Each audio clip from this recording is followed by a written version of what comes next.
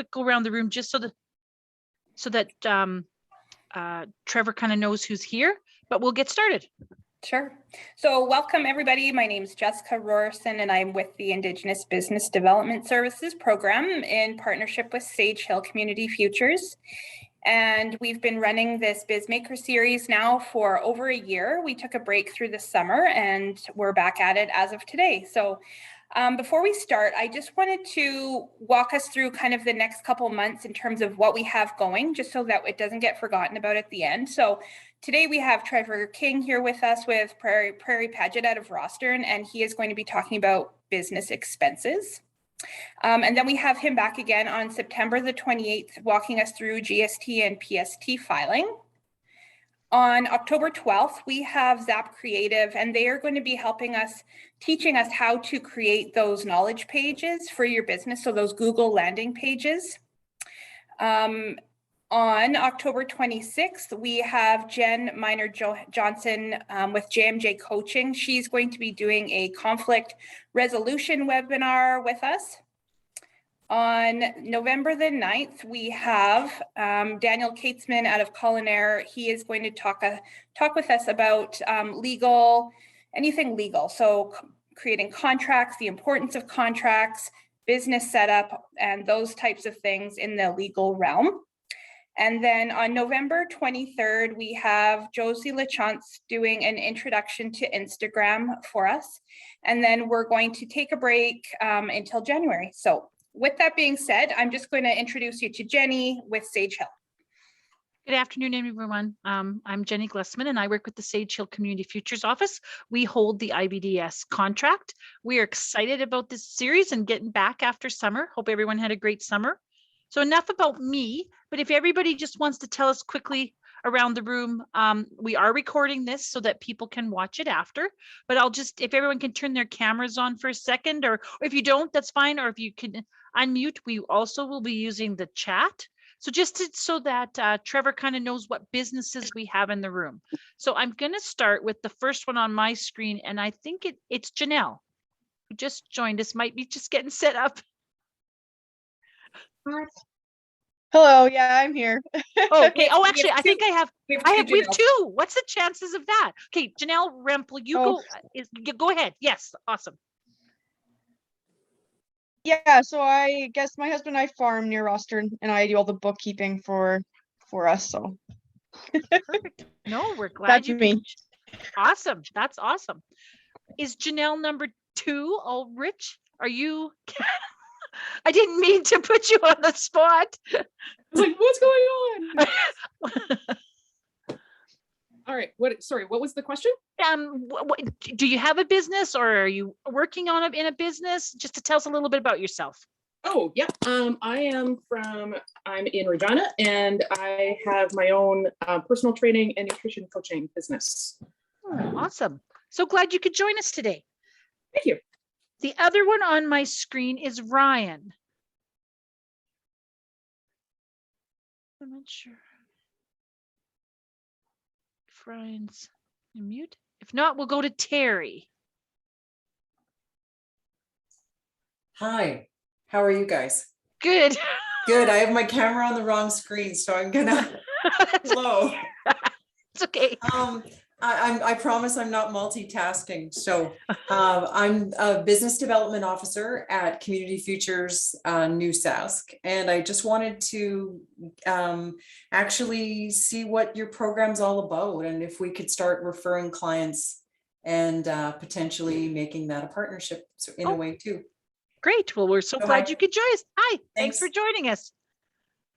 And I'm not sure Ryan didn't unmute, so we will, with that, the chat is open if people want to throw questions. Oh, here is Ryan has Little One Organic Inc. starting up a business in Saskatoon.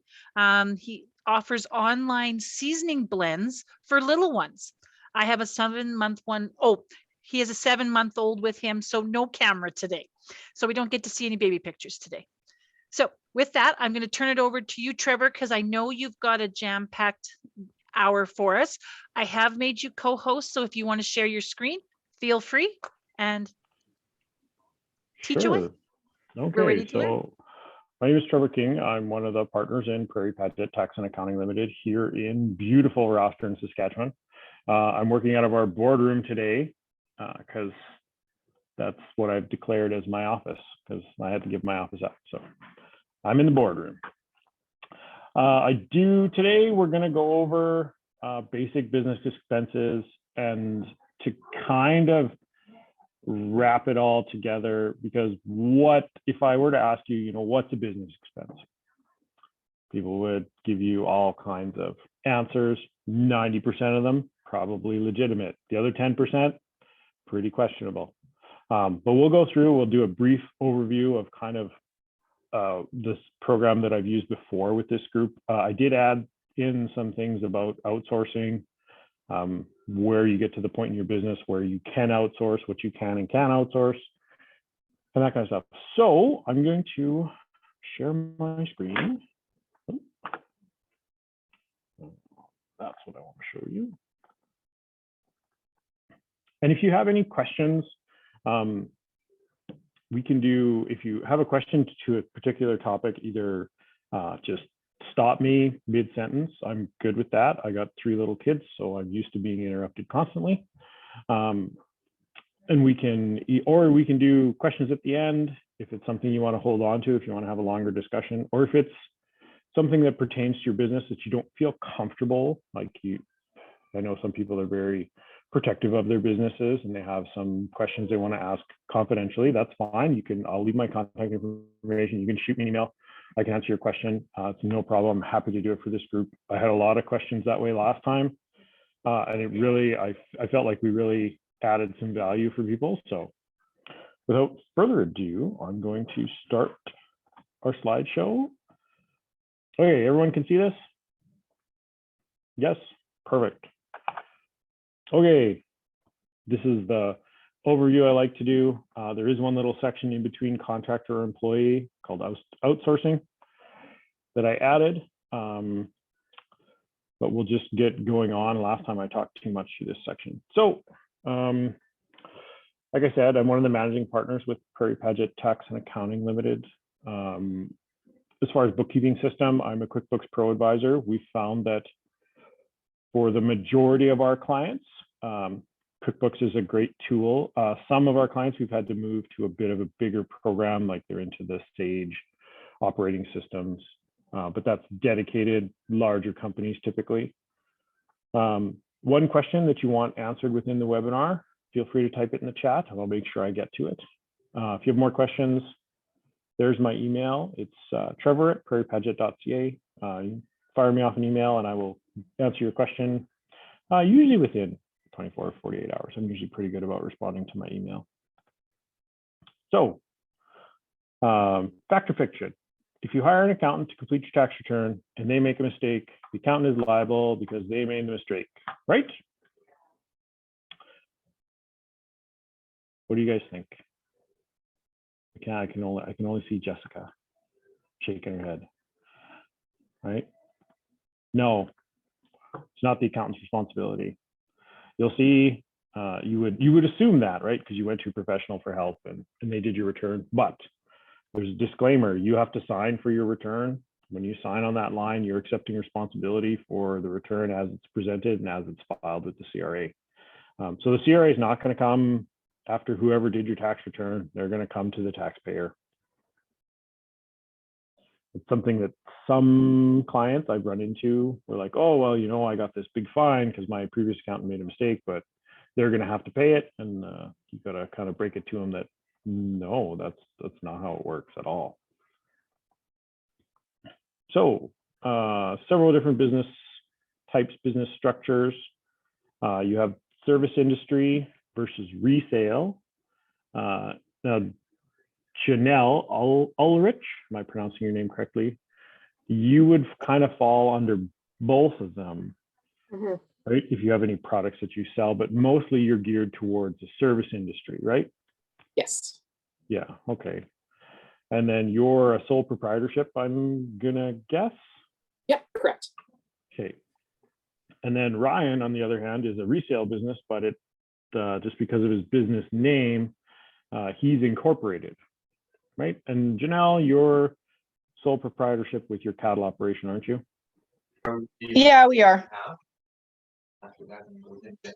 We are, yeah. Okay. Sounds good. So the different business types and business structures can really affect what's an acceptable deduction and what isn't. In broad strokes, sole proprietorships are where when you first start out and your business is small and you have a lot of startup costs, it's called capital expenditures, that goes against your personal income, right? So if you're running a side gig, or if you're just branching out and you want to keep your regular job, you go with a sole proprietorship to offset your taxes payable on your regular income. When you get into a little more complex structures, when you set up a corporation, and some companies stay as sole proprietorships forever, and they work just fine that way. Reasons to incorporate, liability is the big one. If you're getting additional investors, it's easier to manage them that way. Or if you have a huge tax problem, corporation can help you with that, provided you don't need all the money to live off of, right? But you should never just jump into a corporation. You should sit down and have someone run the numbers for you, or run the numbers yourself. Like, this is what I'm going to pay if I stay as sole proprietorship. This is my benefits to incorporate, and here's my tax savings. But you'll have increased. Corporation is way more expensive to run than a sole proprietorship. There's no way around that. It just costs more. But that's also deductible against your income tax. So let's go through just some terms that we're going to toss around here. I just got to move you over on my screen. So capital cost. When you're talking about business expenses, who would be a good example of this? Someone who runs a farm, right? They buy a piece of equipment. And if you talk to anyone in farming today, new pieces of equipment are hundreds of thousands of dollars. But you don't get to write off a $250,000 tractor in 1 year. It's a capital cost item because you're going to use it for more than one business cycle, right? And a business cycle is defined as, typically it's a calendar year. So if you buy a capital asset and you can use it for more than 1 year, it doesn't go as a 100% deduction. It gets put into your capital cost, and there's a stack of CCA schedules, is what they're called, but there's different categories under the CRA as to how much per year you can write off, right? So we'll use a piece of farming equipment, $250,000. You can write off 10% of it a year. So the first year you write off 25 grand. And what's left over is 225,000, right? So the next year you write off 22.5, right? And that continues on until you've depreciated that asset to zero. Now, where people get into trouble is they'll buy an asset, depreciate it, right? And then they go to sell it, and they sell it for more than what it's been depreciated to, and they have to pay a gain on that. Right? So if you buy something and you depreciate it down to $50,000 and you sell it for 80, taxable gain of 30 grand. Right? So it's really important to keep all your documents together for your capital cost items. Just keep them in a folder. And stuff that goes with capital cost is anything associated with getting the equipment set up and ready to go. Right? So I don't know who else would. None of the businesses really here would have a piece of equipment that had to be set up. But say, if I used farming for an example, say you bought a grain bin and you got a pour foundation to put it on, that all gets added to the capital cost for that grain bin, right? Hi, Katie Morris. Oh, sorry, someone wants in the room. She's on mute. I just let Kate in. Yep. Yeah. Okay. Okay. Oh. Now I gotta keep moving the screen around. So what is a business expense? So business expense, as a definition from the CRA, is any reasonable current expense that you paid or have to pay in order to earn business income, right? So there has to be an expectation that you're going to earn income based on what you're spending money on. right? If you run a delivery business and you need to buy a car, obviously business expense, right? You need the car in order to operate your business. And this is one that people get caught in. So if I have a business meal, like say say Jessica was a client of mine here and we went out and had a business meal, right? We're having a business lunch. We need to discuss whatever tax advice she needs. That's 100% write-off, right? What would you guys think? Yeah, you think that's 100% deductible? It's not. Meals and entertainment are only 50% deductible. The other 50%, the company will just have to absorb that cost, right? So that's where some people, and I've found with a lot of clients, they'll be like, oh, that was a business expense, and you know, we went on that trip to Calgary, and that was all a business expense.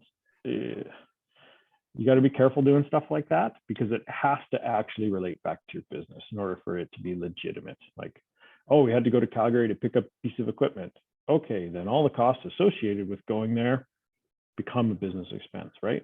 Or you can't just say, oh, we went on vacation and I want to write it off. It's not how it works. You will get caught eventually. And then CRA can go back up to 7 years through all of your receipts. So a lot of your common business expenses are advertising. That includes stuff you would consider like swag. If you get hats made, if you get, I know a lot of my clients have lanyards for their business. It's really good advertising. Even paid advertising, Google ads, Kijiji ads, meals and entertainment, 50%, right? Even if you're taking a client out, Janelle, I'm going to use you for an example. Say you took a client out to an event of some kind, only 50% of that cost would be deductible, right? Because it's considered under meals and entertainment. Now, bad debts. When you talk about bad debts, if you perform a service for someone, I'll use our company, for example, right? So we do tax preparation and bookkeeping and accounting advice and tax planning and all that kind of really boring stuff that no one likes. We have a bad debt. So say I do a bunch of work for a client, they're 4 or 5 years behind, get them all caught up, and then they just disappear. Can't find them. What do I do with all their invoice, right? I'm owed all this money. It goes under bad debts and I write it off, right? That becomes an expense. That's just the cost of doing business. Now, the tricky part when you write something off as a bad debt, if that client resurfaces in a year and all of a sudden, oh, you know, we had X, Y, and Z happen, but you know, now we're here to settle up our bill, you got to go back and reverse that bad debt you took, right? So you really got to watch when you write off an invoice that you have no reasonable expectation of collecting it. Insurance, insurance is something that every business needs, whether you have employees with WCB or you have insurance on assets that you own within the business, errors and omission, liability. There's, you know, every time you turn around, there's all different kind of insurance you need. That's something that is needed to run your business, definitely deductible. Interest and bank charges. I highly recommend that you set up a separate bank account for your business, even if it's a sole proprietorship. Keeps everything cleaner, keeps everything neater. It's not necessary. You don't have to do it that way, but it'll make your life easier. Trevor, I have a question about that. What about life insurance? Can you write that off? As a sole proprietorship, no, you cannot write off life insurance, with the exception if it's used to secure financing for the business. Okay. What about Right. insurance that's, let's say, on a credit card? Is it a business only credit card? Yeah, let's say it is. Yes, Okay. because that'd be included in your bank fees. Mhm.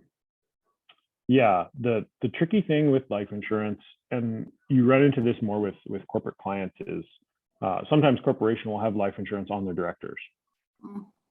but then the corporation is the one that gets paid if something happens, right?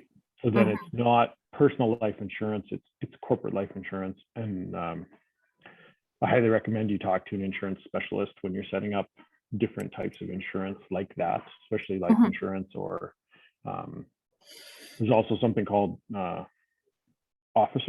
directors and officers insurance. If you are a director in a corporation, you need insurance in case you make an error and you're held liable. That's what it's for, right? Okay, But thanks. you can't like I can't take my personal life insurance I have and be like, oh, it's totally a business expense.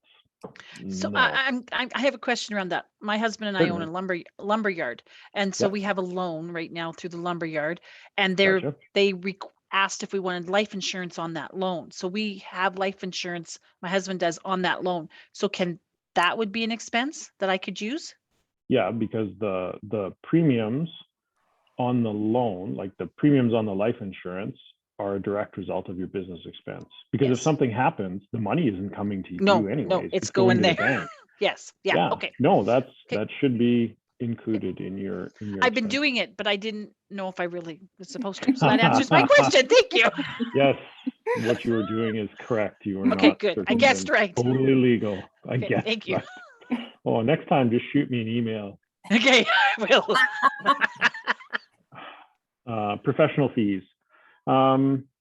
Anyone, like if you have to pay an annual license, for example. I think I'm going to use Janelle again. Are you part of any organizations like nutritionists or personal trainers where you have to pay a licensing fee? Yeah, I have through CanFit Pro, where I have my certification through IU. Yeah. Yeah, so that's an example of what a license fee would be, a professional fee, right? Okay. And then again, any kind of Would no, go ahead. would I be able to, like, I am a PEG and have certified crop advisor, use those on the farm, but I also use that at work. Would that be something I can write off for the farm or no? Do you use a percentage of it at the farm? Like that would be based on how many hours you work at work versus how many hours you put into operating your farm. That'd be one of those split expenses where you definitely claim a portion of it, right? Because it's useful and adds value to running your business. Yeah, for sure, Janelle. Okay. Yeah. Yeah. I was just wondering. I haven't, but a portion, even a portion would be okay.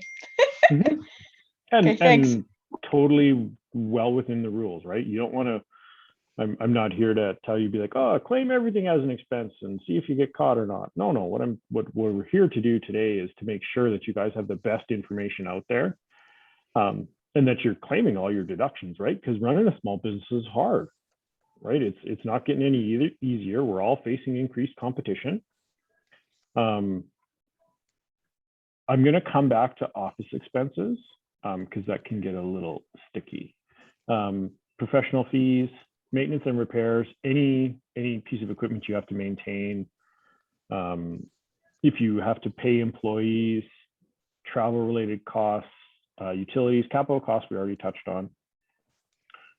And office expenses and rent kind of go together. So how many of you have a home office? I do. Yeah.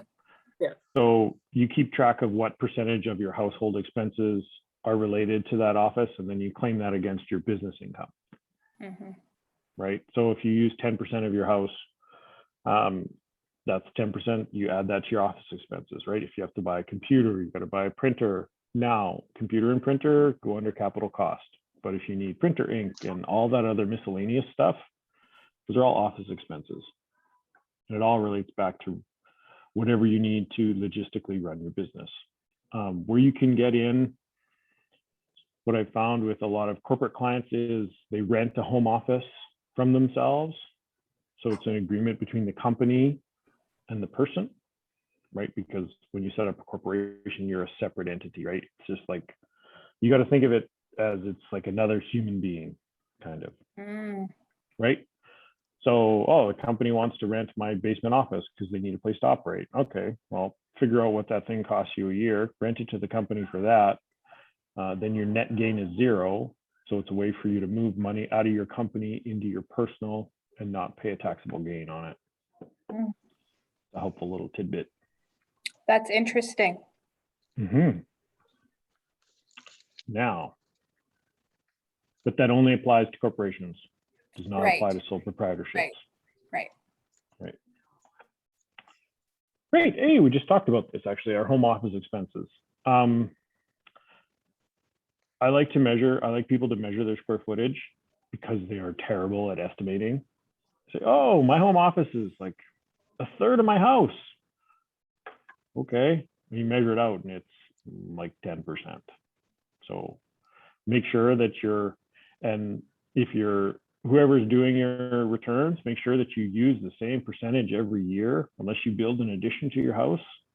Because if one year you claim 10% and the next year you claim 25, but your office hasn't changed, you're playing with the numbers so you don't have to pay tax, and you're going to get caught for that. Just make sure you just measure, make sure you use your actual square footage, keep all your expenses relating to your house. Principal payments on the mortgage do not count.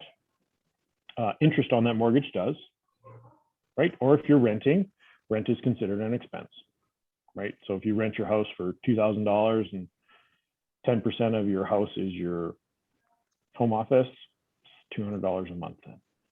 Hey, Trevor, Right. Yes. just a quick question. So I'm looking at a location. It's going to be a house, and I'm looking at opening up a home gym in the basement. Yes. So I'd be using the entire basement as my own personal gym for my clients. Would that be the only part that I'd be able to claim, or would I still be able to use part of the main level as a home office? I would suggest you set up an office upstairs in one of the spare bedrooms. Okay. Or you can use like the living room, but then you get into the percentage use daily. Like, Right. I don't like to do that with clients. I like to say, pick a room, and that room is your office, and that's all it is used for. Right? Because if you can, some people can't because they don't have the extra space. So we just got to figure it out. But I didn't know that's if what I I would could. recommend. Yeah. I didn't know if I could like double dip, so to speak, in that. It's not double dipping because you're using so 50% of it, there's your basement, and then say upstairs, use an additional another 10% upstairs or 12% or whatever it works out to. Right. Do you have a separate entrance for the clients? Do they come in the main door? Do they have a bathroom downstairs? Are they using the bathroom upstairs? You know, all that kind of, if you're doing nutrition coaching, are you using your kitchen? You know, are you all kinds of questions, right? Like this can, good questions, but definitely something you need to just keep track of it. Right. Because CRA can ask, okay, so what square footage do you use, at home? And all right, well, my office is this big by this big, and this is the total square footage of my house. Like, it's not, you're not pushing the limits by any means because it's justifiable, right? Right. So then the rent. Does that answer your question? It does. No, go so, ahead. sorry, and then the rent, because I'd be renting this house, so then I could write off half the amount of the rent because as a lease, so to speak. Yeah. Are you is this another house you're renting just for the gym, or you're moving there and that'll be your sole residence? I'm going to be moving there and having it as my sole residence as well. Okay. Yeah. Then half of the rent would be whatever portions you use for the gym for running your business would be deductible, right? Oh, okay. Yeah. That makes sense. Thank you. You're welcome. Okay, we're going to move on from home office. Vehicles. This is one that just comes back and bites people. All right, so if you're using your vehicle for your business, and I have to do this because we have a dedicated vehicle for our office. You keep track of everything. Get a old school calendar, one of those coil bound books with the dates in it. Write your start kilometers and end kilometers, where you went and why, right? All for all your business, and keep track of your personal mileage. And then I recommend you keep all the receipts together: fuel, maintenance, insurance, repairs, capital cost if you buy it, interest on a bank loan if you use that to purchase it, or leasing costs if you're leasing. Because people will say, oh, well, you know, I use my vehicle 50% for my business. Okay, show me your logbook. Oh, I didn't keep one. Okay, then you really, if and when you get audited and you have to produce this document, you can't. Right? So it's very important that if you, and some people say, you know, it's just not worth the hassle for me to keep track of. And I recommend, there's a lot of apps for people that are tech savvy for tracking start and end kilometers. I have one client that uses that because they get an allowance from work for their truck. Right, so he just keeps track of, oh, this is all the kilometers I drove for work. Right, but where people get into trouble is they try and write off 100% of a vehicle when they're not using it 100% for the business. Right, exceptions are you have a landscaping company and you buy a specific piece of equipment. Right, like, you know, I bought a 1-ton truck just for pulling my landscaping trailer around, and that's all it's used for. And you have another vehicle that you use personally. Does anyone have any questions regarding vehicles? Hi, Kate. Kate? Kat? Kate. There she is. Hi, it's Kate. Hi, Trevor. Hi. Yeah, I have actually really not taken care of my mileage, and I actually do travel out several hundred kilometers for client sessions. So what would you recommend I do in terms of retroactively trying to go back and do this, at least for this year anyways? Oh. Should I just kind of look at my calendar and that's what I would recommend if you can go back, because you would have kept track of your appointments, right? Yes. Or you'd have some billing related to that. You can track your kilometers that way. This is what I have, and the only reason I know this is because this is what I have regular tax clients do with medical appointments, right? Because if you're of the older generation, and I kind of get lumped in here because I can't remember anything. If I put it into my phone, I got to physically write it down. I write on the calendar, oh, I'm, you know, dental surgery, January the 4th, right? Then I know I went to the dentist that day. So when I go to do my personal taxes, I go through my calendar and figure out my medical mileage. You can do the same thing if you have to go back through your clients. Oh, I went and saw this person here, and I went and saw that person there. Figure out your mileage, and that's what you use. You're not going to be able to capture everything, because odds are there'll be some trips. Oh, I had to go here to pick up this for work, or I had to go here for this. So you'd be giving up a little bit, but then you'll know for sure what days you were using your vehicle and how far you drove and what percentage you get to deduct.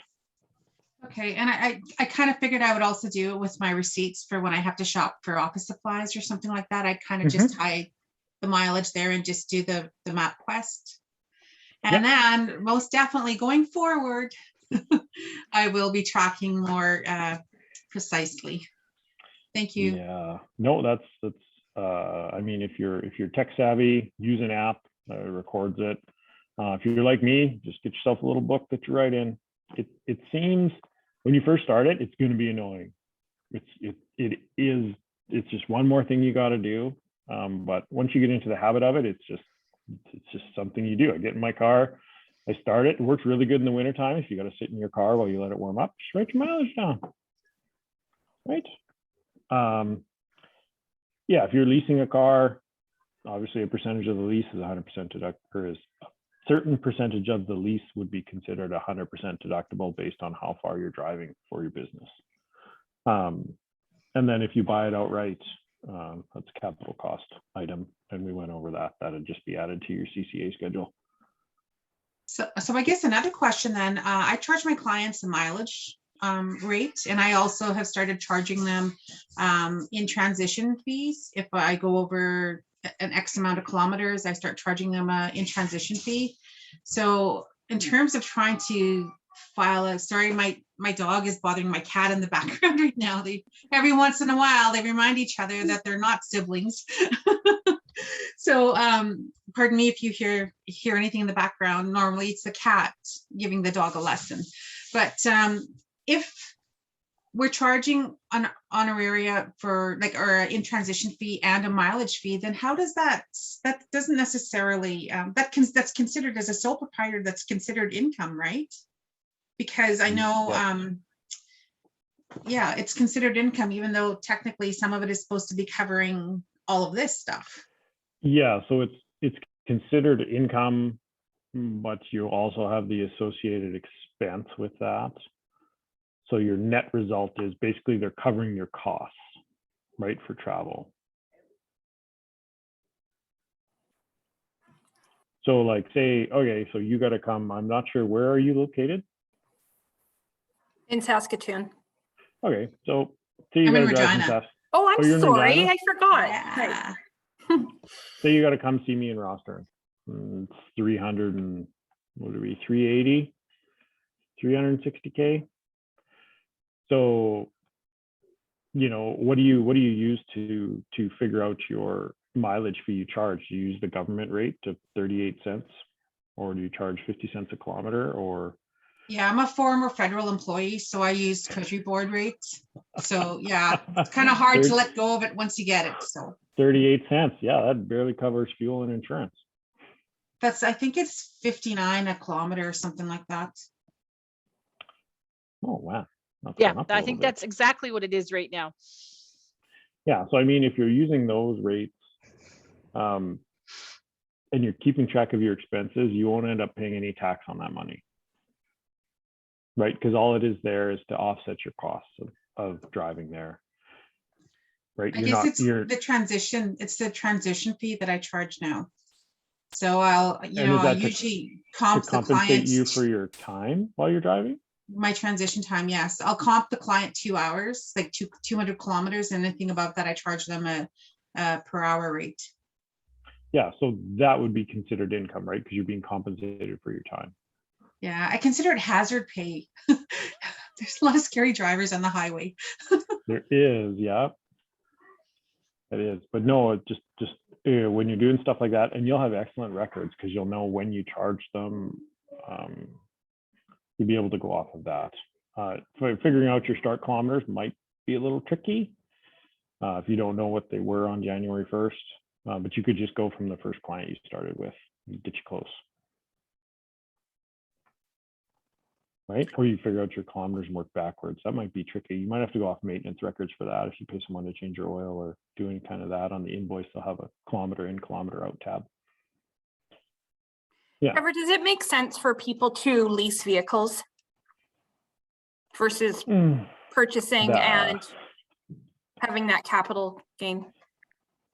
And this is more of a personal thing. I mean, if you're buying a vehicle specifically for a business, or I think if you're buying one vehicle, and this is 100% personal choice, buying one vehicle, you would probably want to purchase it because you're further ahead in the long run. You have an asset that, while it depreciates, you still own it. It's still an asset. Now, if you're buying, like, say, for instance, I went and hired 6 more accountants tomorrow, right? And they all need a vehicle, right? So I go and I lease 6 of the cheapest vehicles I can find, right? And then we enter a sudden economic downturn and I got to lay 3 of them off. Having a lease is more advantage because I can just break my lease and walk away from it. I don't have to worry about trying to sell an asset and all that kind of thing. It's a really personal choice. Personally, I think you're better off to find a good deal, buy it, add it to the business assets, right? And the business needs to be able to make the payments, right? Sometimes people are like, oh, I run my own business. I want to go out and buy $100,000 truck. Well, buddy, you only made 30 grand last year. Like, you're not, no, you can do it if you want, but it doesn't make business sense, Okay.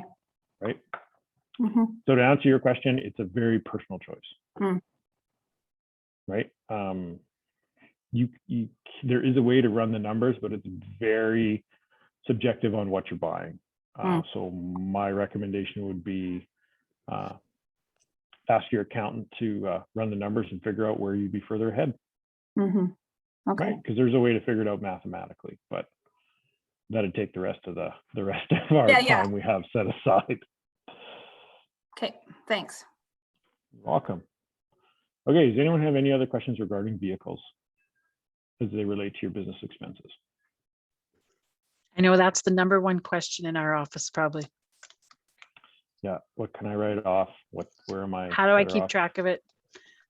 So I'll ask, just out of curiosity, so I can get a bit of background on this. So if I was to get an oil change, and let's say the oil change required a filter and whatnot, and let's say it's 200, just scenarios for simplicity's sake, it's $200. Then I have to actually relate that back to how many kilometers for my last oil change expense. Like how many? Because let's say a third of it was business related, half of it. Like how do you? I would for that. So say you drive. So just for this example, because I like nice round numbers. Say you drive 10,000 kilometers in a year total on your car, and 5,000 of them were business related. So that's 5,000 out of 10 is 50%. So that $200 oil change, $100 of it is a business expense, because 50% of the total usage of your car was directed towards your business. Okay, so then by business expense, you mean I would be able to access my business account and pay half of it, $100 for my business expense, and the other half from my own? Or do you mean just when it's time to file taxes? When it's time to file taxes. No, I'm assuming this is that, just to clarify, this is a sole proprietorship. Yes. Okay, yeah.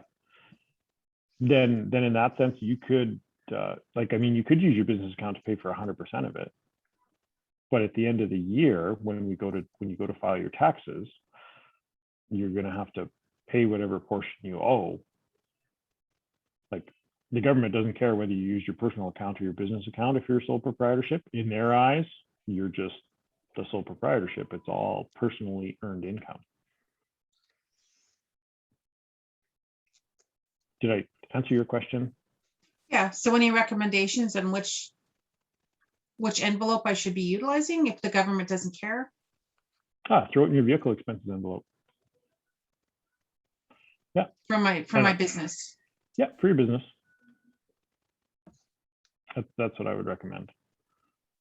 Because you got to keep track of all your expenses as they relate to your vehicle anyways, right? If you're using it for your business.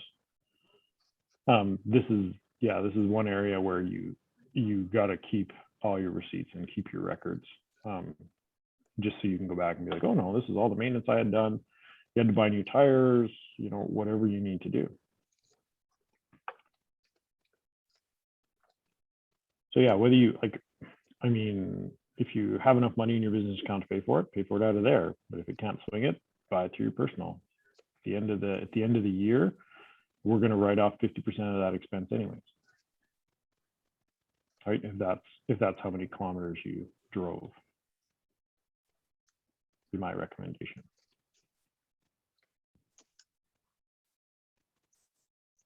Anyone have any other questions related to vehicle?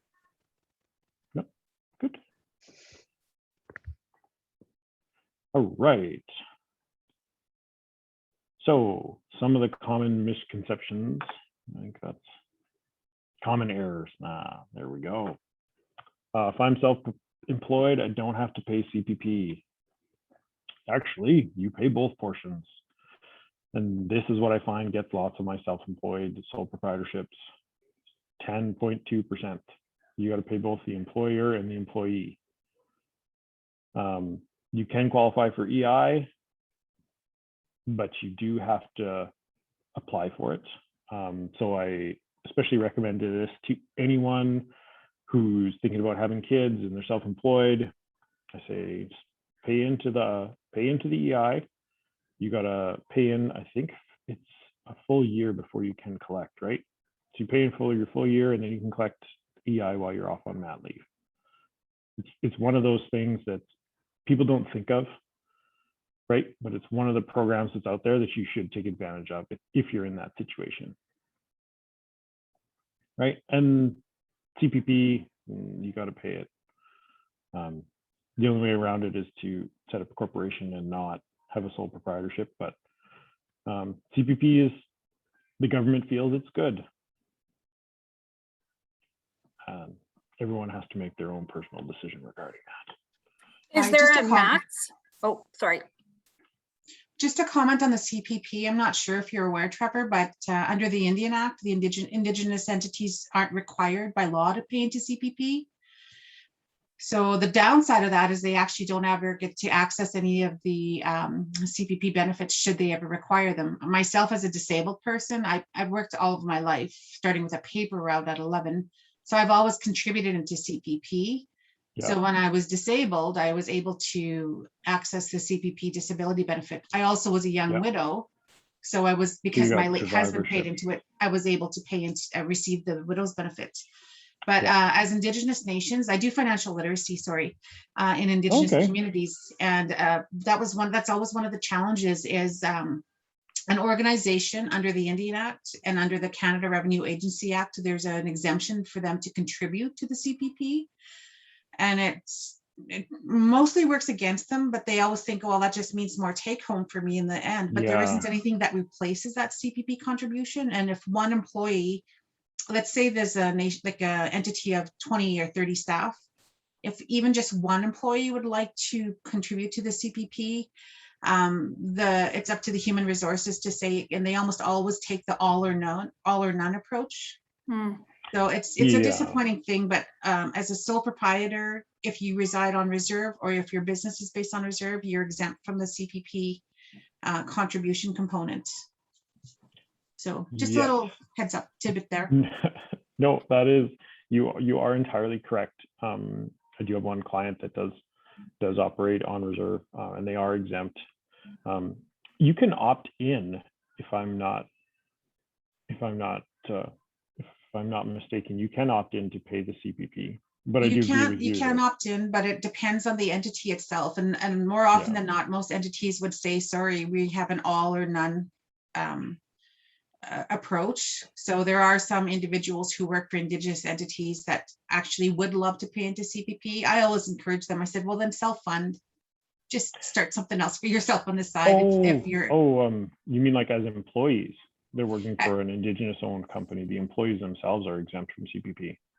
Yes, and also also myself as a sole proprietor, if I resided and my business was operated on reserve, that's not my case. I actually am 100% taxable and 100% obligated, but for other entities that are in reserve based. Yeah, I mean, where you get into that is, especially if it's a sole proprietorship entity on reserve and they have employees. Lots of times it's they want to give their employees more take-home pay, and they want to save, because as an employee you only got to pay half, right? The employer's got to kick in the other half. Where you can get into all kinds of later on in life, it can really affect you, right? Because then you don't have those benefits. So yeah, I agree with you. Self-fund, find someone you trust and work closely with them. Right. Does anyone have any other questions regarding these common errors we're just touching on? I was just wondering, Trevor, with the CPP, is there a minimum amount of income that you need to be, like, that you earn in order to, or like have to pay, like contribute? Yeah, there's a minimum threshold. Once you're over the base personal exemption, you start paying CPP, and then there's a max CPP for the year. Right. Okay. I can't remember what it is off the top of my head. I want to say it's $2,400 or something, but don't quote me on that. I don't have it right in front of me. And it does change every year. It slowly creeps up and creeps up. You have to put more and more in. So okay. All right. So contractors versus employees. If I ask you to define what an employee is, what's an employee? Well, someone who works for me. Okay. You can't just pay them a flat rate. You got to deduct and remit your payroll taxes, pay the premiums, both CPP and EI, unless of course, like we were enlightened as to if they do operate on treaty land, they are exempt from the CPP. But a definition of employee is if you set their hours, they come to your workplace on a regular basis, you provide their tools, and they work exclusively for you or have a set period of time where they work for you, they are an employee. Right? Where people get into trouble is they're like, well, you know, I'll pay them 20 bucks an hour, and you know, they're a contractor, but you know, they come to my business and they use my tools, or they come and work here as my front end. That's an employee. That's not a subcontractor. Right? Subcontractors are someone like, for example, I work as a, well, not a subcontractor, but I work as a outside professional, right? You pay me to do your income tax. I'm not an employee. I don't work for you. I provide a service and I charge you a fee, right? And this is where a lot of people, it gets really murky, especially when they start hiring family members. You have to have a clearly defined that they are either an employee or they are a contractor, right? And if you set their hours and you provide them with the tools to do their job, they're not a contractor, they're an employee. And you got to remit your payroll taxes and pay your premiums and have WCB on them. Very important, right? Because if they get hurt, you're on the hook for it, right? It falls under that little insurance tidbits. WCB is good to have, and it's also required if you have employees. Right? Does anyone have any questions regarding contractors versus employees? Is that the same like for farms? Is there an exemption, I thought, for harvest or something? Like I don't know. Casual labor? Yeah. Oh, well, there is a farming exemption regarding overtime. You know, farmers don't have to pay overtime. But if you have an employee who regularly reports to work and you set their hours, you can get into, technically they would be employees. They're seasonal. So what if they're volunteers? They're volunteers. Volunteers. Janelle, you're really, if I didn't know you so well, I'd say that you're crossing the line there a little bit, but no, if they're volunteers, well, then they're there just helping you out for the day. Yeah, because we don't really pay. Like Roger's dad comes and helps and works, and he gets a butchered pig at the end of the year. Yeah, that's not an employee. That's just that's just family. But if we started paying him, then we'd have to do this. Yeah. Okay. To do it correctly and within the rules of the Employment Act, yes, Janelle, you would have to. Okay. All right. Does anyone have any other questions regarding contractors versus employees? No? Okay. Outsourcing. And this is the one I added in because my presentation wasn't long enough. When you're considering outsourcing stuff, everyone wants, when you first start your business, you got to do everything yourself because you don't have any money to pay anyone to do anything. It's just how most businesses start out. Unless you start with a big capital amount and you start outsourcing right away. Like, is there a cost savings? For example, we hired a caretaker for our office building because I don't really want to spend 2 hours a week cleaning my office. I would much rather work on my client work, right? I'm money ahead. If I can, or who's a good example? I'm gonna pick on Janelle again, not Janelle Rempel, our personal trainer. If you, for example, oh wow, I had to clean my house. I could spend an hour cleaning my house, or I could personal train for an hour. Well, if you can find someone who will clean your house for $20 an hour, or $20 to come in and clean your house as a flat rate, like a cleaning service, that's the word I'm looking for, and you could personal train someone and make $80, well, you're $60 ahead. That's where you see the cost savings, right? Or if you get to the point where you need extra help, oh, ability to meet demand. I need more help. You save time and focus on your business, and because you really got to ask yourself, am I any further ahead to do it yourself? And I'm going to use our business as an example. So we bought an office building here in Rosthern, just because we needed an office, and an opportunity came up and we bought it. And then we needed furniture. So being inherently frugal like I am, my business partner and I proceeded to open the internet up, and we bid on some furniture that was in Calgary.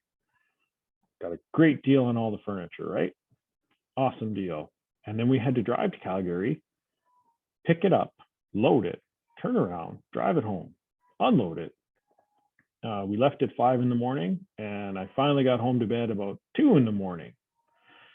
Looking back, was that really a good use of what it worked out to be 17 hours of our time?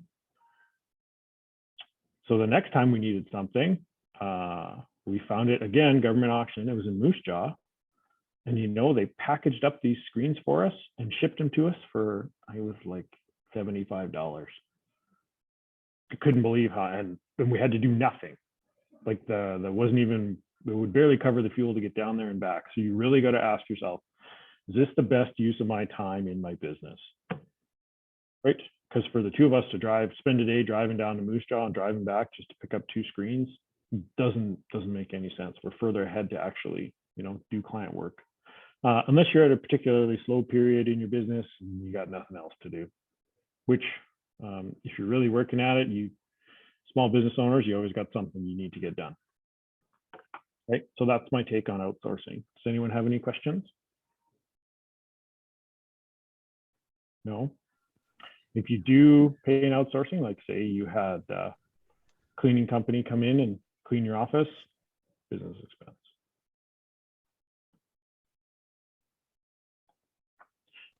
Record keeping. This is my favorite part because in our business, I get clients that would classify as the shoebox clients or the garbage bag clients, where they got all their receipts. They got every receipt they've ever had, but they're stuffed in a garbage bag or they're stuffed in a shoebox. And I have a giant sorting table I use. Keep your records.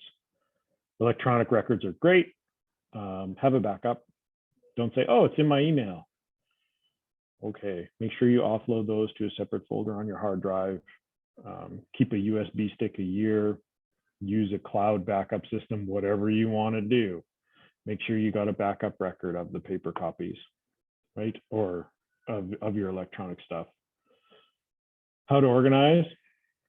All depends on your personality. Some people are really organized. They're really particular about how everything is in its own little folder. And some people just shove everything in a box. And then when they go to look for it, they just dig through the box till they find what they need. I highly recommend keeping electronic copies of everything. It's easier, it's cleaner. And when you're first starting out, you don't need to go out and buy really expensive software. Really, you need a file folder and an Excel spreadsheet. That's it.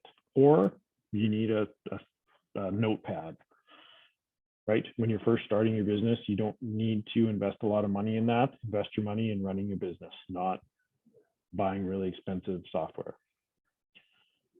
And you got to keep your records for 7 years in case you get audited. So even here, we keep our client files, we got to keep them for 7 years. And then they can be destroyed. If you're apprehensive, get someone to help you. Got it. Everyone's got someone they know that runs a small business. Ask them how they did it.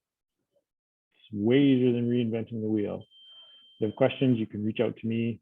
I'm more than happy to help. Does anyone have any questions about record keeping? No? Good. All right. Do you have any tips for farmers for how to get your husband to keep them more organized for you? Put one of those those little file folders with the plastic lids, Janelle. Put Yeah. one in the truck on the floor. Okay. And label the folders that way, because every farmer gets a receipt in their hand. They love them.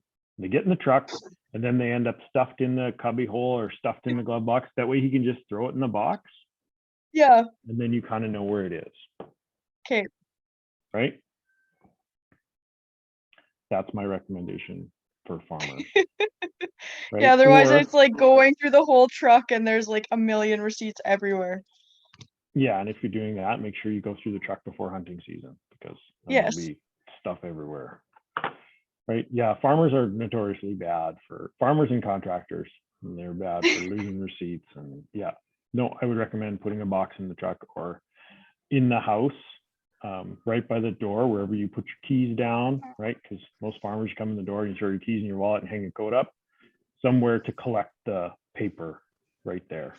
That's what I would recommend. My son is a farmer and he actually does a side business of showing cattle. His wife finally talked him into using the center console in his truck. So he stuffs everything in there. When he comes home, she goes out, empties it out into a bag, takes it in, sorts it because she's a neat freak. She sorts it all into the files and puts it away. He goes back out on the road. He just stuffs it back full. Every meal receipt, everything just in that center console. And then Yeah, he's sorts good it. at saving the receipts. It's just they're a mess. Yeah. I know one of them. Yeah, that's my recommendation. And then when you're hiring someone to help you, what kind of questions are you going to ask them? What kind of experience do you have? Have you ever done this type of work before? Do you work with lots like Janelle? I use you for example. Do you come from a farming background? Have you done lots of farms returns before?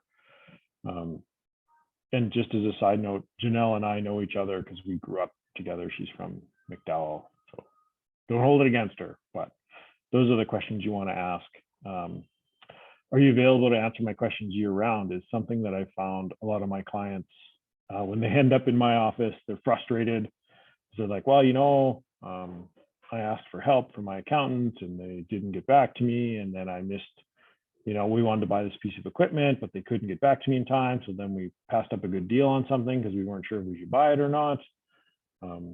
What exactly are they getting? Like, what do you get? Right? What services are you going to provide me? And that goes, I'm using accounting as an example, but this goes for anyone. Like if you're going to hire a grain marketer to market your grain, right? What exactly am I getting from you? What are you going to do for me? What experience do you have? And then this pertains specifically to accountants. Are you registered with the CRA? And if I get audited, are you going to defend me? Right? Because there's nothing in there. You go to someone who does your taxes and you sign it and send it in and CRA comes back with an audit. There's no implied agreement that they're going to defend you if you get audited. Right? And if they do, like what exactly do you have to pay? Because most of them won't defend you for free. Right? Does anyone have any questions regarding hiring professionals? No. No. So Trevor, we're at 2:30 here. I'm just wondering. Oh man. I was just going to say the same thing. We're all so busy listening. Yeah. Hey, we're at the end. Okay, awesome. Awesome. Perfect. I'll just check the chat. Is there any questions in there? How do I I've check been the watching, chat? Trevor, as we've been going, and there hasn't been anything so far. I don't know if anybody has any other questions.